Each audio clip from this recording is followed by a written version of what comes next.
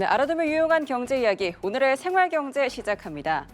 올여름 이어진 집중호우와 폭염의 영향으로 일부 품목의 공급이 불안해지면서 먹거리 물가가 들썩이고 있습니다.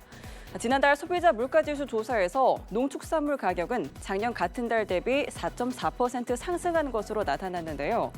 특히 사과와 배는 폭염으로 생육이 늦어지면서 출하가 지연됐고, 배추 역시 지난달 하순 폭염 여파로 출하량이 일부 감소했습니다. 축산물도 예외는 아니었는데요. 한우는 기저효과, 돼지고기는 국제가격 상승의 영향을 받으며 작년 같은 달 대비 7.1%의 상승률을 기록했습니다. 정부는 다음 달 추석 명절을 앞두고 농축산물 성수품 공급 대책과 대규모 할인 지원 방안을 마련 중인데요. 이달 중 관계부처 합동 발표가 예정돼 있고 생산, 수급과 연계한 유통구조 개선책도 연내 마련될 계획입니다. 이런 가운데 오늘 통계청에서 8월 소비자 물가지수 발표가 있었는데요. 지난달 SK텔레콤이 통신비 50%를 감면하면서 소비자 물가 상승률이 1.7%로 9개월 만에 가장 작은 폭으로 상승했습니다. 하지만 농축산물 물가는 13개월 만에 가장 큰 폭으로 뛰었는데요. 이 내용 오주현 기자가 보도합니다. 지난달 소비자 물가지수가 116.45로 1년 전보다 1.7% 오른 것으로 나타났습니다. 9개월 만에 최소폭으로 상승한 건데 상승률 둔화의 가장 큰 요인으로는 휴대전화료 일시 인하가 꼽힙니다. 지난달 휴대전화료는 1년 전보다 21% 떨어졌는데 SK텔레콤이 해킹 사태 이후 8월 한 달간 2천만 명이 넘는 전체 가입자의 통신요금을 50% 감면한 데 따른 겁니다. 하지만 통신요금 인하 효과를 제외한다면 8월 소비자 물가 상승률은 2.3%에 달해 13개월 만에 최대폭으로 상승했을 것이란 분석도 나옵니다. 계산해보면 2.3% 내외 정도라고 보시면 될 것 같습니다. 휴대전화료 같은 경우 이번 8월 달에 일시적으로 감면됐기 때문에 원래 가격으로 환원된다고 하면은 다음 달에는 그 영향으로 일부 상승할 수 있지 않을까 생각합니다. 지난달 폭염과 폭우 등으로 농축수산물 물가는 4.8%나 뛰면서 전체 물가를 끌어올렸습니다. 13개월 만에 최대폭 상승으로 농축수산물 물가 상승이 전체 물가를 0.37%포인트 높인 것으로 나타났습니다. 주요 품목별로 보면 복숭아가 28.5% 올랐고 고등어와 쌀, 찹쌀, 달걀 등 상승세가 두드러졌습니다.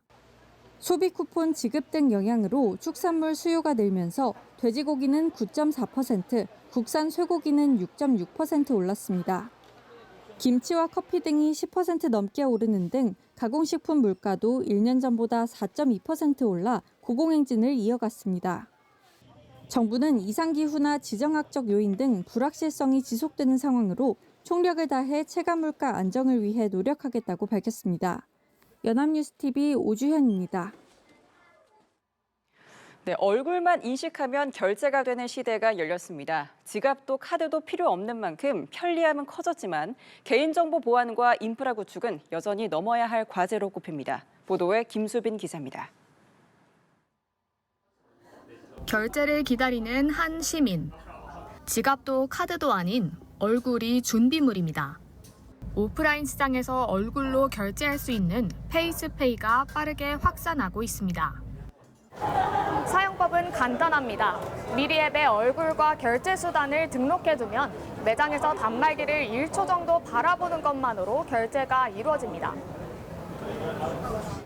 국내 한 핀테크 업체는 지난 3월 시범 운영을 시작한 뒤 2달 만에 서울에서 2만 개 가맹점으로 서비스를 확대했습니다. 현재 가입자는 40만 명을 넘었고 한 달 내 재이용률도 60%에 달합니다. 올해 말까지 30만 개, 내년에는 100만 개 매장으로 확대한다는 계획입니다. 다른 업체도 연내 얼굴 인식 결제를 지원하는 단말기 출시를 예고했습니다. 이처럼 결제는 점차 편리함을 추구하는 방향으로 진화하고 있습니다. 한국은행 자료에 따르면 모바일 기기를 통한 결제 비중은 2020년 44%에서 지난해 52%로 늘었습니다. 하지만 보안은 여전히 과제입니다. 얼굴과 같은 생체 정보가 유출될 경우 피해 복구가 사실상 불가능하고 부정 결제 가능성도 우려됩니다. 부정결제로 인해 발생한 손해를 다 보상해드리는 안심보상제를 운영하고 있고요. 다만 그 전에 그런 유출이나 혹은 부정 사용이 일어나지 않도록 다양한 단계로 방어하고 있다고 봐주시면 됩니다. 단말기 교체나 카메라 설치 같은 인프라 구축 문제, 일란성 쌍둥이나 성향으로 인한 인식 오류도 풀어야 할 숙제입니다. AI 대전환 흐름 속에서 얼굴 인식 결제가 대표 결제 수단으로 자리 잡을 수 있을지 주목됩니다. 연합뉴스 TV 김수빈입니다.